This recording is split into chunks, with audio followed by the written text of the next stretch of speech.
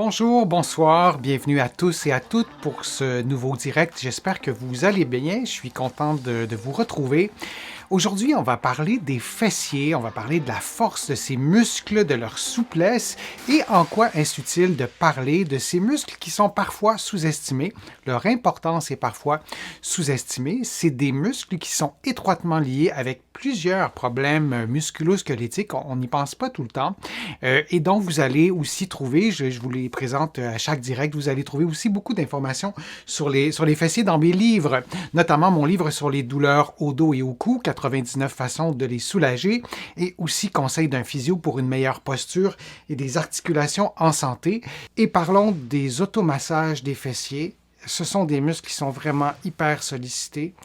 Lorsqu'on marche, lorsqu'on se penche vers l'avant, on utilise ces muscles fessiers et paradoxalement, avec la vie qui est de plus en plus sédentaire, nos muscles fessiers vont être moins sollicités ou en tout cas la sédentarité va faire en sorte qu'on va être assis en position statique sans bouger et ces trois muscles fessiers, les muscles, le grand fessier, le petit fessier et le moyen fessier, se transformeront en coussins et c'est pas ça qui va détendre nos muscles non plus, d'avoir toujours le même type de stimulation. Et on a aussi des accessoires pour faire les automassages, donc on a des rouleaux, on a des balles aussi qu'on peut utiliser. C'est vraiment des outils qui sont intéressants et les balles, vous pouvez prendre des balles que vous avez à la maison. Il y a différents types de textures, il y a des différentes grosseurs et c'est intéressant de varier les grosseurs des balles, varier les grosseurs de rouleaux. Vous pouvez prendre aussi un rouleau à pâte pour masser ces régions des fessiers. Assurez-vous aussi avec votre rouleau d'aller jusqu'au bassin, jusqu'à la crête iliaque et d'aller le plus bas que vous pouvez aussi. Et donc, je vais vous montrer deux façons de masser, de faire un automassage. Je vous montre la première avec un rouleau. J'utilise un rouleau de massage, comme vous avez vu sur l'illustration il y a quelques instants, mais vous pouvez utiliser un objet cylindrique aussi. Et c'est intéressant de s'assurer de masser, comme vous le voyez en ce moment, jusqu'à la crête iliaque et d'aller jusqu'à l'ischion, jusqu'à l'os des fesses qu'on ressent lorsqu'on est assis longtemps, par exemple, au cinéma. Et aussi, assurez-vous de masser à la partie latérale des fessiers. Alors, vous voyez que je change de position. C'est essentiel de le faire. Souvenez-vous que les fessiers sont aussi sur le côté. Ce n'est pas seulement derrière. Alors, l'automassage avec le rouleau, vous devez vous assurer d'y aller en latéral. Moi, je vous conseille de masser au moins pendant 5 minutes.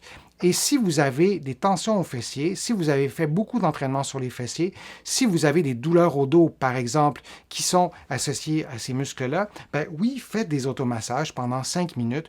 Vous pouvez mettre aussi une chaleur humide après l'automassage, ce qui peut favoriser aussi la détente. Alors ça, c'est le premier type de massage avec un rouleau. Ça prend un minimum de force dans les bras, évidemment, pour pouvoir le faire, mais c'est assez confortable. Et le massage a ceci aussi d'intéressant. Non seulement ça détend, mais ça stimule. Le massage va réveiller des parties du muscle qui sont parfois peu sollicitées. Vous avez peut-être déjà utilisé cette expression-là, je ne sais pas si vous l'utilisez dans votre coin de la francophonie, mais ici on l'utilise et j'ai beaucoup de patients qui me disent « j'ai l'impression d'avoir découvert de nouveaux muscles en faisant cet automassage avec le rouleau ou d'une autre façon comme je vais vous le montrer ». Alors ça ne fait pas juste de détendre, mais ça stimule. Quand on a des douleurs au dos, par exemple, parfois on a une surutilisation des muscles lombaires, mais on a aussi un endormissement de certaines parties des muscles fessiers et l'automassage peut avoir effet de les stimuler ou contribuer à les stimuler également. Une autre façon de faire l'automassage, comme vous le voyez, c'est avec une balle.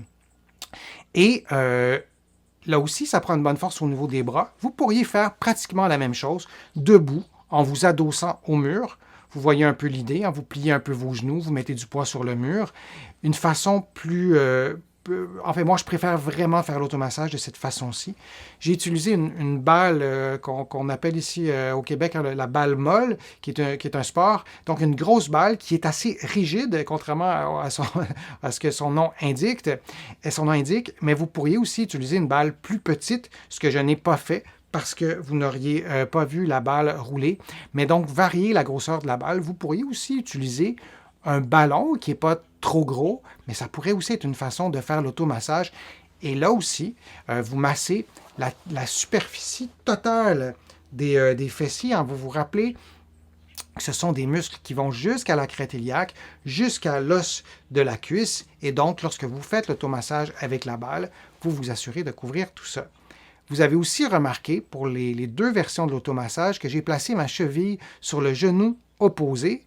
Bien, je vous encourage à le faire comme ça parce que ça met un peu plus sous tension, ça vous permettra de rendre un peu plus accessible, en fait, vos muscles à la balle. Donc, ça va beaucoup mieux comme ça. Et vous allez respirer librement pendant que vous faites l'exercice, pendant que vous faites l'automassage, et vous faites l'automassage des deux côtés. Alors, c'est deux techniques qui sont intéressantes, la dernière pouvant aussi être faite debout, adossé au mur, et vous allez pouvoir de cette façon-ci détendre ces muscles-là.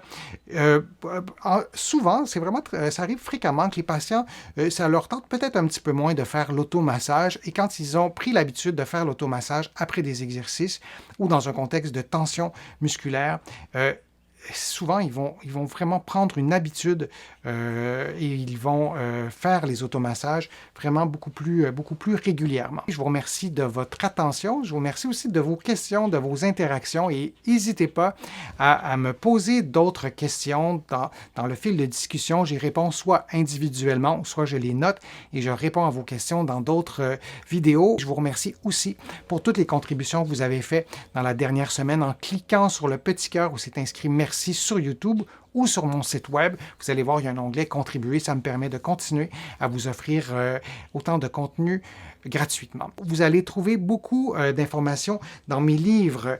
Vous les connaissez, que vous allez trouver partout au Canada en librairie et sur le web. Et vous allez trouver aussi mes livres de l'autre côté de l'Atlantique, notamment à la Librairie du Québec à Paris. Vous allez aussi trouver beaucoup d'informations sur mon site web, le www.denisfortier.ca. Vous pouvez vous y abonner, vous pouvez vous abonner à des infolettres, c'est complètement gratuit. Alors, je vous souhaite une bonne fin de journée, une bonne fin de soirée, puis au plaisir de vous revoir pour un prochain direct, pour une prochaine vidéo. À bientôt.